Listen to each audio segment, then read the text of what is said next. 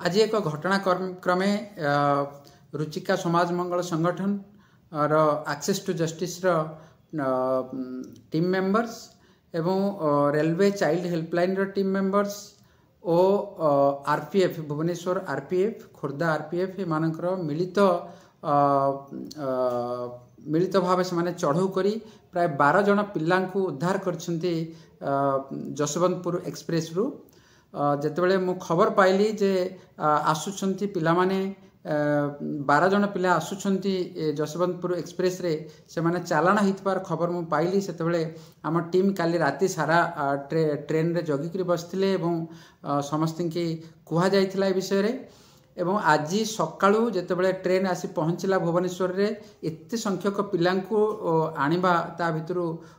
टिके कष्ट हैला एवं जेतेबेले खोर्धा रोड पर्यंत समस्त ट्रेन रे जाई पिला मानकु खोर्धा रोड रु तांकु उद्धार करागला एवं जेतेबेले तांकु परीक्षा करागला जना पड़ला जे तांकु 4 जन दलाल नेकर जाउथिले बिहार रो विभिन्न जिल्ला रु से मानकु ट्रैफिकिंग करा जायछि चालान करा जायछि सेतरे खगरिया जिल्ला बेगलसराई मुजफ्फरपुर बागलपुर पुरलिया और समष्टिपुर ये अंचल मानकरू पिला मानकू निया जायछि एवं से 12 जन पिलांक भितरु 10 जन होउछन्ति नाबालक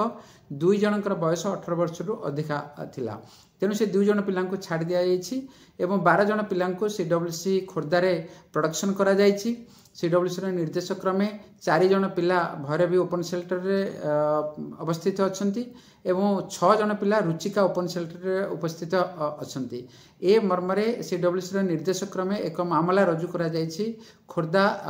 जीआरपी पुलिस स्टेशन रे ए बाबत रे हमर खोर्धा जिल्लार